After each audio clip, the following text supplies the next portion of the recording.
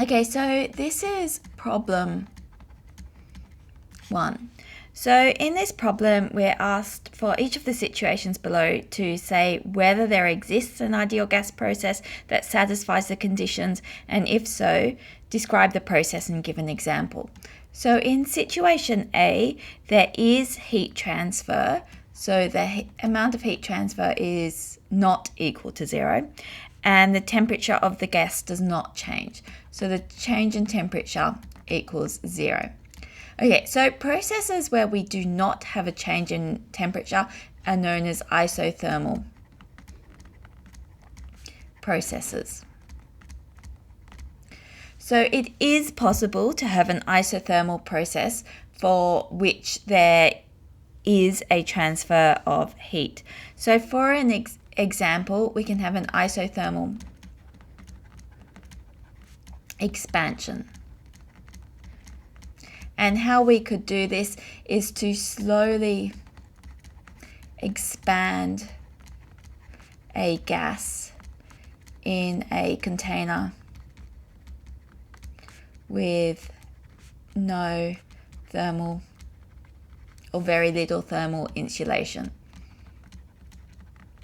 So to slowly expand a gas in a plastic syringe, for example, by slowly expanding it, we're allowing it to constantly come to equilibrium with the surrounding temperature. So this means that the temperature won't change, but it does give heat the time to flow into the container. So we do have a heat transfer in this case. In part B, we've got no heat transfer, so Q is equal to 0, so that's an adiabatic process, but the temperature of the gas changes, so delta T is not equal to 0. So yes, an adiabatic process. So an example of this would be an adiabatic compression. So we could do that by quickly compress a gas. Because we're quickly compressing it, there is no time for heat to flow into the gas, but the temperature does change. In this case, we get a sudden increase in the temperature as we compressed that gas. C, there is no heat transfer, so Q equals 0 again, but work is done on the gas, so work is not equal to 0. So once again, an adiabatic process will satisfy this. We can do the same adiabatic compression.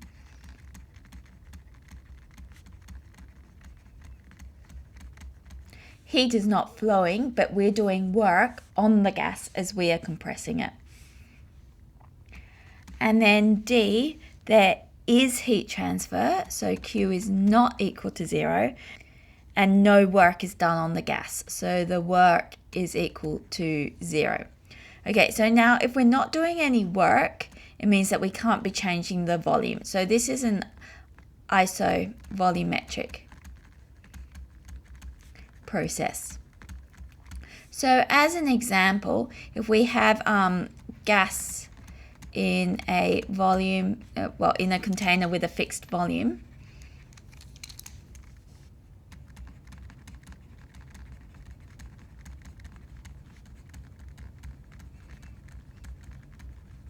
and put it in a bath with a different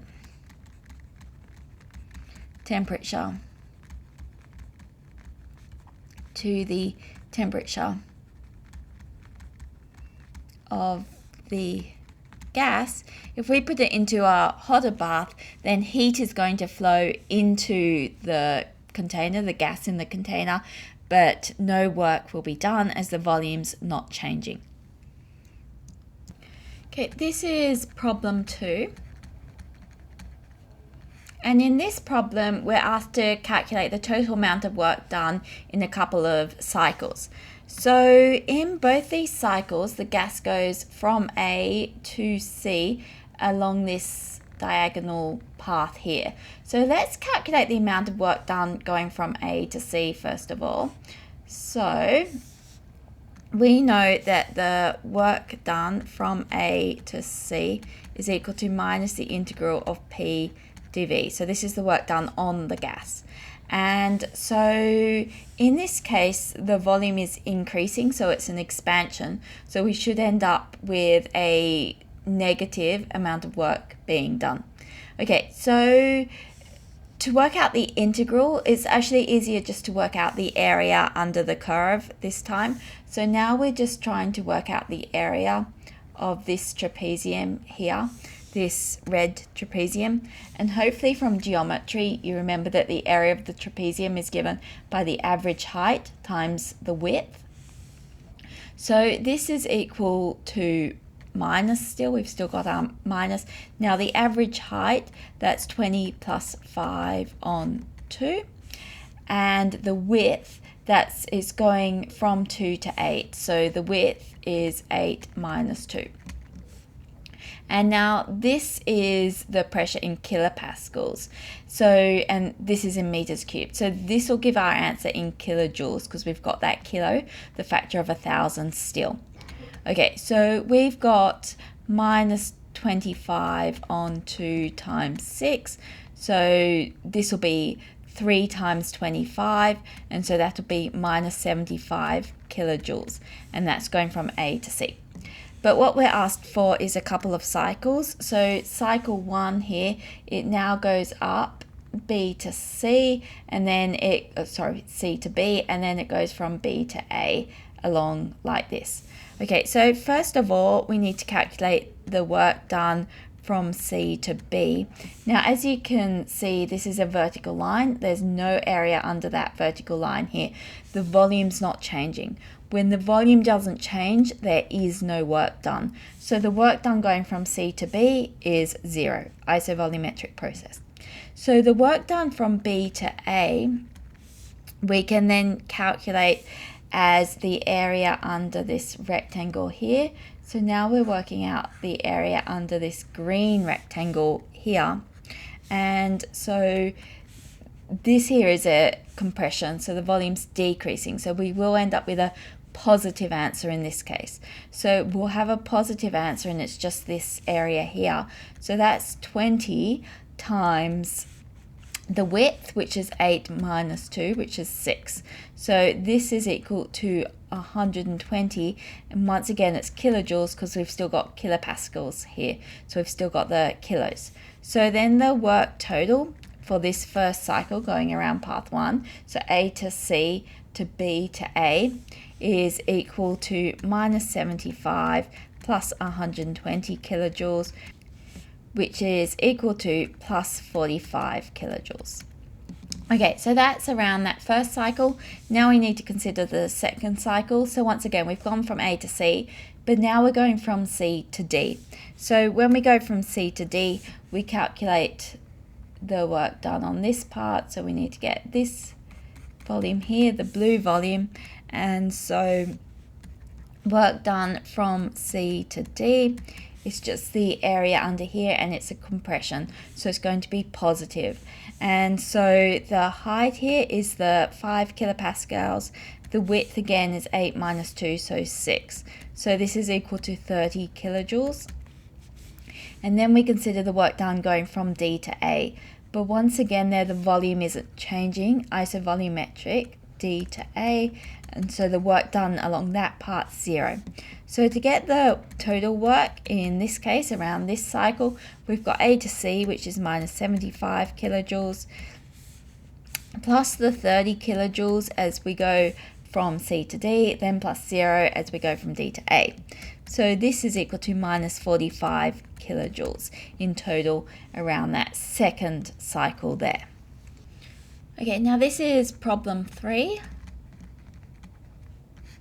And for this one, we've got a PV plot.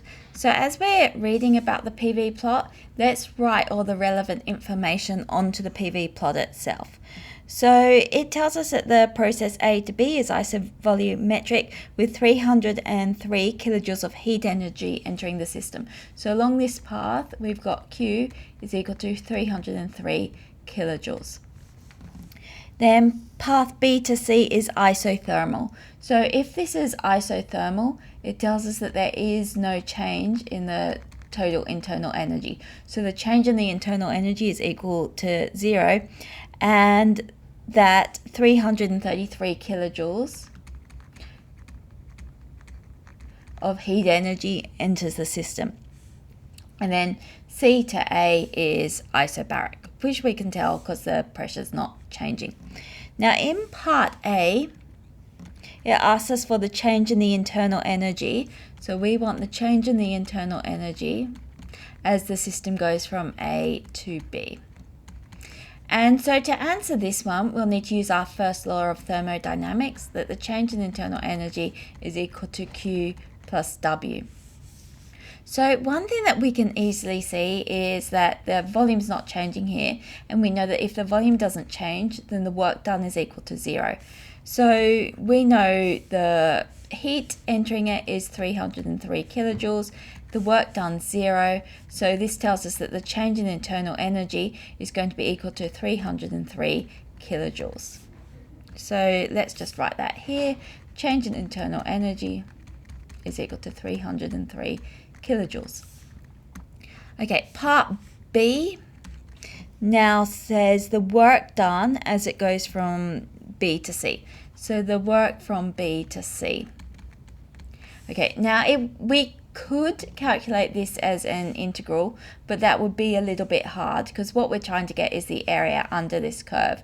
It's actually a lot easier to use our first law of thermodynamics.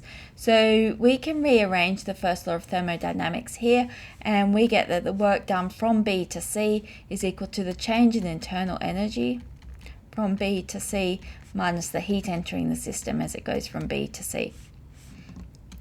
Okay, so change in internal energy, that's 0. The heat entering the system, that's 333 kilojoules. So this tells us that this is equal to minus 333 kilojoules. Okay, so let's write that down here. We've got the work done is equal to minus 333 kilojoules. Okay, now part C, it says what's the heat entering the system as it goes from C to A. So what we want is Q from C to A. And we could, it would be hard because we'd need to work out the number of moles and everything. We could probably get to a point where we could calculate this using Q is equal to NCP delta T, but that's hard. It's much easier to use this first law. So we know that this is going to be equal to the change in internal energy from C to A minus the work done from C to A. Now, in this case, we're not given either of these in the question, but we can calculate them without too much difficulty. Let's start with the work done, because that's possibly the easiest. The work done is just the area under the curve here, and in this case, it's just a rectangle, which makes it pretty easy to calculate. So the work done from C to A is equal to P times delta V, and in this case it's a compression, so the work done on the gas is going to be positive. So the pressure, that's 1 atmosphere, so that's 1.01 times 10 to the 5 pascals. Everything else is in kilojoules, so let's get this into kilopascals. So let's times it by 10 to the minus 3, then our final answer will be in kilojoules. Okay, and now we need to times it by the change in volume. So this is equal to 3 minus 1. And solving this, we end up with 202 kilojoules of work done on the gas as it's compressed.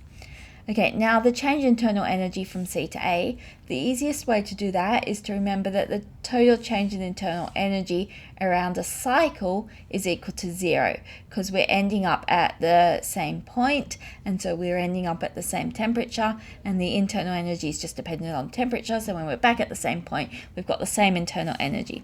So delta E int equals 0 around a cycle.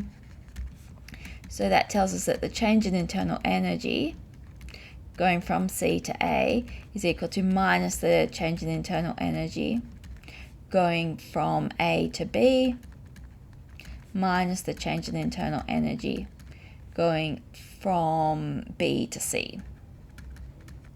And we've got these values up here. This first one is just equal to minus 303 kilojoules. The second one's 0. And so this is equal to minus 303 kilojoules. Okay, so now we can substitute into this top equation here. So Q from C to A is equal to the change in internal energy from C to A, which is minus 303 kilojoules, minus the work done from C to A, which is minus 202 kilojoules. So this is equal to minus 505 kilojoules. Okay, so this is problem 4. And it's another one with a PV plot. So let's once again write on our PV plot as we go. So here we've got a monotonic ideal gas. So in case it's useful, it's monotonic. So we know F is equal to 3. It's undergoing a cyclic process, A, B, C, D marked. And when it goes from A to B, 1,515. Okay, so Q is equal to 1,515 kilojoules going from A to B. As the gas goes from states C to D, so that's along here, Q is equal to minus 704.5. So the minus, because this is leaving the system, kilojoules. And we're told that B to C, this is adiabatic, which we know means Q is equal to 0. And that D to A is isothermal, which means that the change in temperature is 0, so the change in internal energy is equal to 0. Okay, so that was a useful exercise while we were reading the question. And this volume here, volume C, is equal to 5.79 meters cubed. Okay, now in part A, it asks us to calculate the work done on the gas as it goes from A to B. Okay, so the easiest way to calculate the work done in this case is just to work out the area underneath the curve here, because we know that our work done is equal to minus the integral of P dV, which is just this integral here. Now, because it's expanding, we should end up with a negative answer. So negative, the pressure is 3 atmospheres, so that's 3 times 1.01 times 10 to the 5. And then the change in volume, so that's the final volume, the 3 minus 1 meters cubed. And so this is equal to minus 6.06 times 10 to the 5 joules. And if we want to put that into kilojoules, we can write it as minus 606 kilojoules. So technically, because these pressures can probably really be only measured to 2 significant figures, and the volumes especially, we should probably just write this as 610 kilojoules. But for our working, we should keep all the significant figures. So let's write this up here so that we remember the work done along here is equal to minus 606 kilojoules. Okay, part B then asks us, what is the change in internal energy as the gas goes from D to A? Well, that's easy. We already worked out that that was 0 because it was isothermal. So the change in internal energy from D to A is equal to 0. Okay, part C then asks us, what is the change in internal energy as the gas goes from state B to state C? So we want to know what's the change in internal energy along here. Now, there's a number of ways we can do this one. We could work out this work because we have the degrees of freedom. We know it's adiabatic. So technically, we could, with difficulty, write down and and solve an integral to calculate the work done. But probably the easiest approach to take in this case is to work out that the total internal energy around a cycle is 0 because we're returning to the same place on the cycle. We've got the internal energy going from D to A. We can fairly easily calculate the internal energy as we go from A to B, just using our first law of thermodynamics. This is the heat added as it goes from A to B, plus the work done as it goes from A to B, which we've calculated. So this is equal to 1515 minus 606, and this is all kilojoules, and solving that we get 909 kilojoules. So let's write that up there. The change in internal energy is equal to 909 kilojoules. And then we can do a similar thing here. The work isn't hard to calculate because once again the work done is just the area of a rectangle here. So we can do that the work done as it goes from C to D is equal to P delta V. Now in this case it's a compression, so the work done is positive, so we expect a positive answer. So the pressure in this case is 1, so that's 1.01 times 10 to the 5. And then the change in volume, we're going from 5.79, because that's what the volume at C is, to D, which is 3. And so solving this, we end up with 2.82 times 10 to the 5 joules. So we can write this as 282 kilojoules. So let's add that here. The work done is equal to 282 kilojoules. And now that we've got that, it's not too hard to calculate the internal energy from C to D. It's just the Q from C to D plus the W from C to D. So that's just equal to minus 704.5 plus 282, which gives us minus 422.5 kilojoules. So just for completeness, let's add that there. Change in internal energy is minus 422.5 kilojoules. Okay, so now we can use our cycle. So we know that the change in internal energy equals 0 around a cycle. So the change in internal energy from B to C is equal to minus the change in internal energy from C to D, minus the change in internal energy from D to A, minus the change in internal energy from A to B. And so this is equal to 422.5 minus 0, minus 909 kilojoules. And so solving this, we get minus 486.5 kilojoules. So this is equal to minus 490 kilojoules to two significant figures. The significant figures aren't too clear on this question. 2 seems reasonable because of reading off this graph here, but it wouldn't be wrong to give it to 3 significant figures. This is problem 5. Okay, and in this one, a student's considering work done in a cyclic process, and they say that if it returns to its initial volume, because P is equal to delta V, the work done is equal to 0.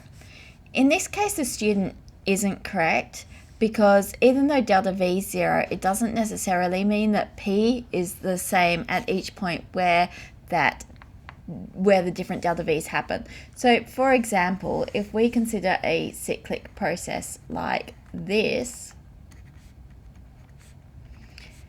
the total, this is the pressure, this is the volume, we can call this volume 1, and here's volume 2. So it's returning to volume 1, so the total volume hasn't changed, but because and the work done along this part and this part's equal to 0 because the work doesn't change along those 2 parts. But the problem is that this first part here is done at a higher pressure than this part here. So this part here is equal to P, let's call this P1 and this P2. The work done is equal to minus P1 times delta V. Let's do the absolute value of delta V there. This one's an expansion, so the total work done is going to be negative. And along this path here, we've got that the work done is equal to P2 times delta V. And so because this work's done, this change in volume here occurs at a different pressure, the work done in these two cases is different. So it doesn't follow that the work done around a cycle is equal to 0. So the student is incorrect. So what is constant around a cycle is the change in internal energy. That equals to 0 because it just depends on the state, not on the path chosen. Okay, this is problem 6. And once again, we'll write stuff on our diagram as we go. So we're told that as it goes from I through A to F, so around this way, we've got that Q is equal to 50 joules and that the work done on the gas is equal to minus 20 joules. And we're also told that as it goes from I to B to F, this way around, the heat transfer Q is equal to 36 joules. Now in part A, we're asked what's the work done from I to B to F. Okay, so to do this one, as we go from I to F, it doesn't matter the path that we take, either this one through A or this one through B, the change in internal energy is going to be the same. So the change in internal energy from I to F, for path A, we know that the change in internal energy is equal to Q plus W, and we're given Q and W for path A. So we can work it out for path A, and we know it's going to be the same for path B. So this is equal to 50 minus 20, which is equal to 30 joules. Okay, so let's just add that to our diagram. We've got that the change in internal energy is equal to 30 joules, and down here we know it's the same. So the change in internal energy is equal to 30 joules. Okay, so now that we've got the change in internal energy, now we can work out the path using the work done using our first law again. So the work done from I to B to F is equal to the change in internal energy minus the Q done from I to B to F. And so this is equal to 30 joules minus, we're told it's 36 joules, so this is equal to minus 6 joules. So that's the answer to part A, and let's just add it down here in case we need it later. Okay, and then part B asks us if W is plus 13 joules for the curved return path. Okay, so going back, let's write this in green. We've got W is equal to 13 joules. Then it asks us what's Q along this path. So Q from F to I is equal to what? So once again, we'll end up using our first law of thermodynamics here. Now to get the change in internal energy, we know that around a cycle, the change in internal energy is 0 because we end up back where we started. So if the change in internal energy is plus 30 joules going from I to A to F, or from I to B to F, then going from F to I, it needs to be minus 30 joules. So we know that the change in internal energy from F to I is equal to minus 30 joules. So using our first law of thermodynamics here, we've got minus 30 joules is equal to the Q from F to I plus the work from F to I, and the work is equal to 13. So this is Q from F to I plus 13 joules. And so this tells us that Q from F to I is equal to minus 30 minus 13, which is equal to minus 43 joules. Okay, so let's just add this here as well. We've got Q is equal to minus 43 joules, and we found out that the change in internal energy was equal to minus 30 joules. Okay, and then in part C, it asks us, take the internal energy at I to be equal to 10 joules. Okay, so we've got here E int is equal to 10 joules, and we're asked what's the internal energy here. So we know that the change in internal energy is 30 joules. So the change in internal energy from I to F is equal to the internal energy at F minus the internal energy at I. And so this tells us that 30 is equal to the internal energy at F minus 10, which is the internal energy at I. So this tells us that the internal energy at F is equal to 40 joules. So we can write this as 40 joules up here. And then part D, if the internal energy at B, so here, is equal to 22 joules, it asks us find Q for the process from I to B. Okay, so just considering I to B, not I to B to F, we've got that the change in the internal energy is equal to the final minus the initial, so 22 minus 10, which is 12 joules.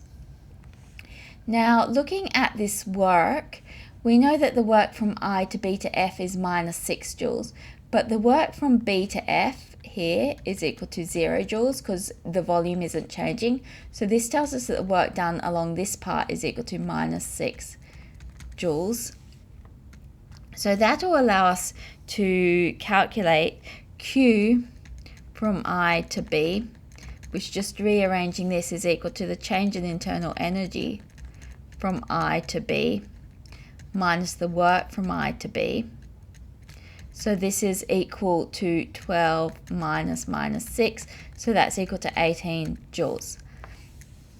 Now, we know that the total heat transfer from I to B to F is 36 joules, so Q from I to B to F is equal to 36 joules, and that's equal to the Q from I to B plus the Q from B to F. So this tells us that the Q from B to F is equal to 36 minus 18, which we've just calculated I to B is 18. So this is also equal to 18 joules. Okay, so this is problem 7. So in this problem, we've got a gas which is undergoing an expansion. So let's draw a PV plot, and then we can put the data onto the PV plot. So it goes from some initial state to some final state this way, and we're told that the initial volume is equal to 0.0200, and this is in meters cubed, and the final volume is equal to 0.0800. And that it does this at a constant pressure of 1 atmosphere.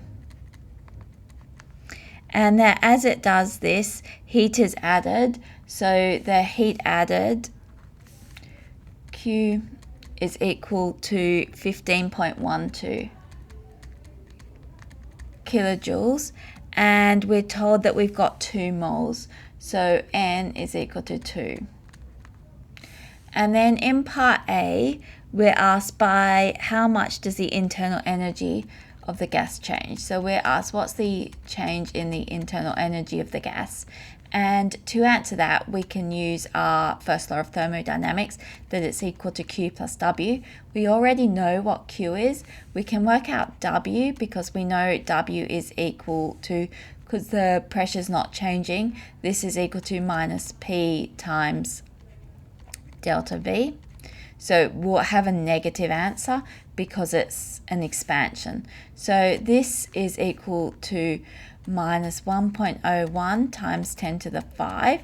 So this is to get this 1 atmosphere into pascals times the change in volume, which is 0.0800 minus 0.0200. So this is equal to 0.0600. So solving that, we end up with minus 6,060 joules. So that's equal to minus 6.06 kilojoules. So the change in internal energy is equal to minus 6.06. That's the work plus the Q, which is the 15.12, and this is in kilojoules. So solving this, we end up with 9.06 kilojoules is the change in internal energy. Okay, now in part B, it says how many degrees of freedom does this gas have, and then is it monotonic, diatomic, or something else? Okay, so what we're trying to find now is F. So what we can use is that the heat added is equal to NCP delta T. We know this because it's a constant pressure process. The constant pressure isn't changing, and CP is related to F through CP is equal to F plus 2 on 2 times R. So we can, the other thing that we want to do, because we don't have temperatures at the moment, we've got pressures and volumes, is use our ideal gas law. So we know that the temperature is equal to PV over NR. So let's substitute in here. We've got N times CP, which is F plus 2 on 2R, times the change in temperature. So this is the final temperature, which is P final V final over NR, minus the initial temperature, P initial V initial over NR. Now we can pull NR, 1 on NR, out as a common factor from here, and then these will cancel out these. So we have Q is equal to F plus 2 on 2 times PF VF minus PI VI. Okay, so what we're trying to find is F. So let's rearrange and make F plus 2 the subject of the equation. Then we've got 2Q over PF VF minus PI VI. So now we can subtract 2 from each side, and that will end up giving us F. Okay, so now we can just substitute in. So we've got 2 times Q, which is 15.12. Now we'll need to times it by 1,000 because it was in kilojoules. Now the final pressure, the pressure is not actually changing, so the final pressure and the initial pressure are the same. So both of these are equal to 1.01 times 10 to the 5. So let's pull that pressure out as a common factor. And then we've got the final volume minus the initial volume. And then what we need to do is minus off 2. So solving this on the calculator, we end up with 4.99. So that's equal to 5. So F is equal to 5. So this suggests diatomic, but to check that, we actually need to check the temperatures, because F equals 5 for a diatomic gas between about 100 Kelvin and 1,000 Kelvin. So let's calculate the initial temperature. It's initial pressure times the initial volume over NR. And so this is equal to 1.01 times 10 to the 5 times 0.0200 over 2 times 8.314. Solving this on the calculator, we end up with 121 kelvins. The final temperature is 4 times this because the volume's 4 times this. And so you can see these are temperatures between 100 kelvins and 1,000 kelvins. So that does suggest that this can be a diatomic molecule, because then it's got the 3 translational degrees of freedom and the 2 rotational degrees of freedom. Okay, so in this one we've got an insulated container and it's got a constant pressure, and this piston here is moving downwards, and inside we've got a mixture of water and steam. And we're told that this mass here is 2 kilograms. And that the cross-sectional area of our piston is equal to 2 centimeters squared. Okay, sorry, this is problem 8. And that it's moving down at a rate of 0.30 centimeters per second. And we're told that the density of the steam is equal to 6.0 times 10 to the minus 4 grams per centimeter cubed. And in part A, we're asked to calculate the rate of condensation of steam. So the rate of condensation of steam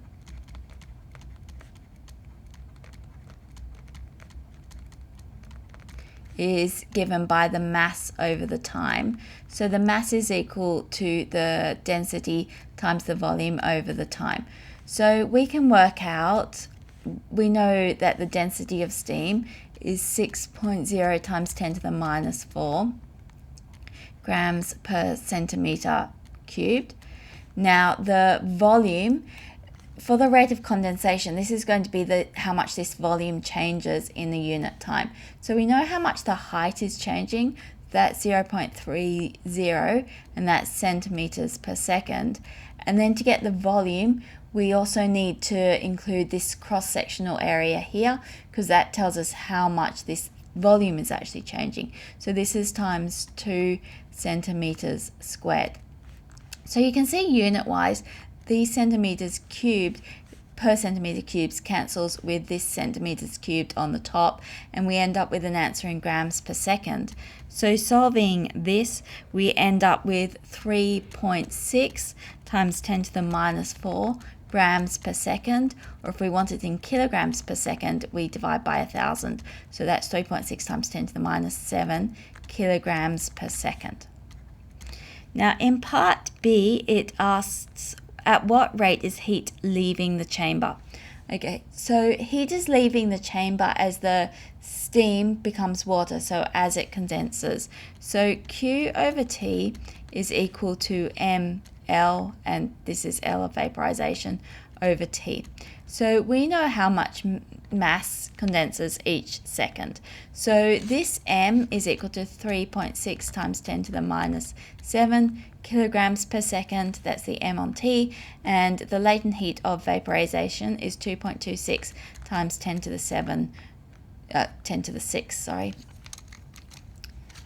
Let's fix that up, 10 to the 6 joules.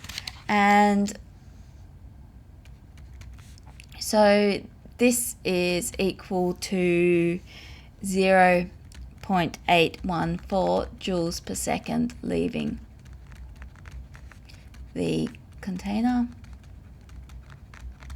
And then part C asks us what is the rate of change of internal energy of the steam and water inside the chamber. Okay, so the change in internal energy over the time.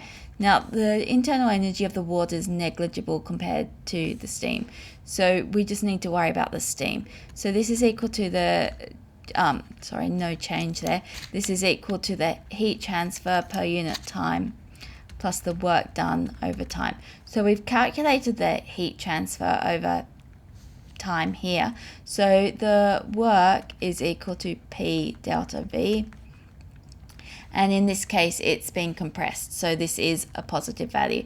Now the pressure, we'll need to calculate the pressure. We've got 2 kilograms acting on 2 centimeters squared. So the pressure is equal to the weight, mg, over the area, plus we've also got the 1 atmosphere. So we've got the weight, that's 2 times 9.80 over A, which is 2 times 10 to the minus 4, plus the 1 atmosphere, 1.01 times 10 to the 5. And so the pressure is given by 1.99 times 10 to the 5 pascals. And the change in volume this is equal to the 0.30 centimeters per second times the 2 centimeters squared. So this is equal to 0.30 times 2.0 times 10 to the minus 6 meters cubed per second. Okay, so Q over T, that's equal to minus 0.814, minus, because this is leaving the container, plus the work done. Now this is positive. The change in volume with time is equal to 0.6 times 10 to the minus 6, and then this is times the 1.99 times 10 to the 5. And so solving this, I end up with minus 0.695 joules per second is the change in internal energy of that steam. Okay, this is problem 9. So in this problem, we've got 2.50 moles and it's undergoing a cyclic process. So let's sketch our cyclic process here. It starts at a pressure of 5.51 atmospheres. So here's the pressure in atmospheres. We start up here at 5.51 before undergoing an adiabatic expansion. Okay, so this is state A here. It then undergoes an adiabatic expansion like this to state B, and at state B the pressure is equal to 1.53 atmospheres. It then undergoes an isobaric, so that means a constant pressure compression from 50 litres. So this volume here is 50 litres and it goes to 20 litres, during which 16.2 kilojoules of heat energy is removed. Okay, so let's write that here. We've got Q is equal to minus 16.2 kilojoules, and we knew from A to B was adiabatic, which as an equation we can write Q equals 0. And we've then got that it's that pressure increases at a constant volume, returning to its starting point. So it then goes up like this. So this is state C, and it's going around that way. And we can see there that the work done here is going to equal 0 because the volume doesn't change. Okay, so part A asks us to sketch this on a PV plot and label the pressure and volume at each point. Okay, so we've done that. We should put volume in litres here to show what we've plotted there. So we've got our volumes, we've got our pressures, we've got our points. Part B, what is the temperature of the gas at state A? Okay, so we'll need to use our ideal gas law. PV is equal to nRT. So this tells us that the temperature at A is equal to the pressure at A times the volume at A over nR. So this is equal to 5.51 times 1.01 times 10 to the 5. I'm converting it to pascals times the volume, which is 20 litres. So 20 times 10 to the minus 3. That's to convert it from litres to metres cubed, divided by N, which is 2.50, times R, which is 8.314. And solving this one, I end up with 535 kelvins. Okay, so part C then asks us how much work is done on the gas as it goes between A to B, first of all. So work done from A to B is equal to what? Now, probably the easiest way to approach this is with our first law of thermodynamics. The change in internal energy is equal to Q plus W. We know that Q is 0 because it's adiabatic, so the work done is equal to the change in internal energy. We also know that it's a diatomic gas. And since the temperatures are around 535 kelvins, which is between 100 and 1000 kelvins, that tells us that F is equal to 5. So we can use this to calculate the change in internal energy. The change in internal energy is equal to F over 2 nR delta T. So we can write this as F over 2 nR. Now this is the temperature at B minus the temperature at A. We've already calculated the temperature at A, but we can actually simplify this algebraically a little bit if we write the temperature is given by PB VB over nR minus TA VA over nR. Oh, sorry, that's PA VA over nR.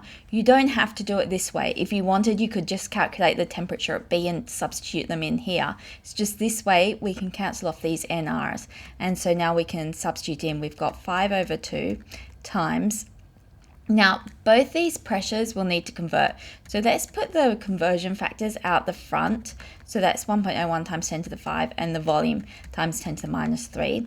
And then we've got PB, which is 1.53, that's here, times VB, which is 50, minus PA, which is 5.51, times VA, which is 20.